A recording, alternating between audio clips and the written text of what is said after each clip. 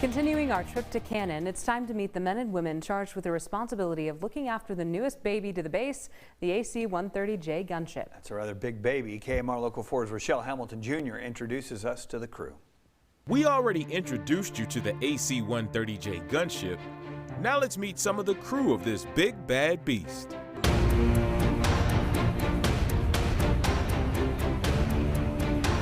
(3,628 feet). 1-4 Sierra Kilo Delta 4. First up, I always like to say that the airplane doesn't care what sex you are. They don't care if you're a male or a female. The airplane cares just that you're a good pilot. First Lieutenant Madeline Marsh, a co-pilot from Orange County, California. Kind of there to support the pilot with any decisions he or she may make, any of the calls, all the shots that he's calling. Come in, normal. There you go. Decreasing, about left. Making sure I'm backing everyone up with checklists and flying the airplane, of course. She chose this route because just the ability to serve, and this country has given me so many opportunities growing up that I'm so incredibly thankful for.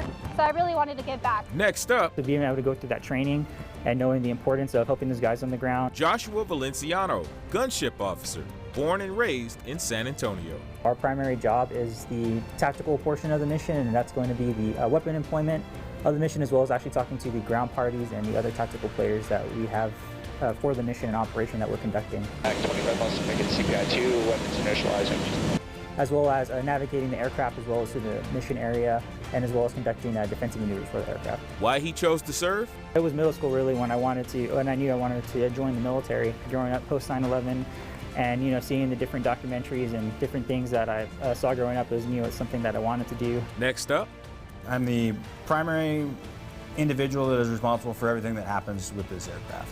Derek Fox, evaluator pilot, says he grew up a military brat, but grew up in different parts of Texas. Every decision that is made, I'm kind of the final focal point. So if anything happens, it's bad or unsafe, basically falls on me. He says the military called his name as a child. But I just knew that military flying was kind of a dream. So I'm one of those kids that got to, I'm doing what I wanted to be when I grew up.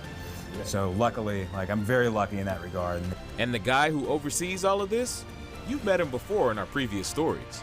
Those missions, that time spent, has created a strong and tight brotherhood amongst those partners. Commander of the 17th Special Ops Squadron, Lieutenant Colonel Andrew Saylor. When our team members go out in the field, they know that the AC-130J and the community is going to be there. If they get in trouble, we are going to be there to get them out of trouble. Now, Cannon Air Force Base has some really cool toys and gadgets and some great crews. And if you're interested in joining, find what you do, find a way to apply that to serving this country, and everything else will work itself out. In Clovis, Rochelle Hamilton Jr., KAMR Local 4 News.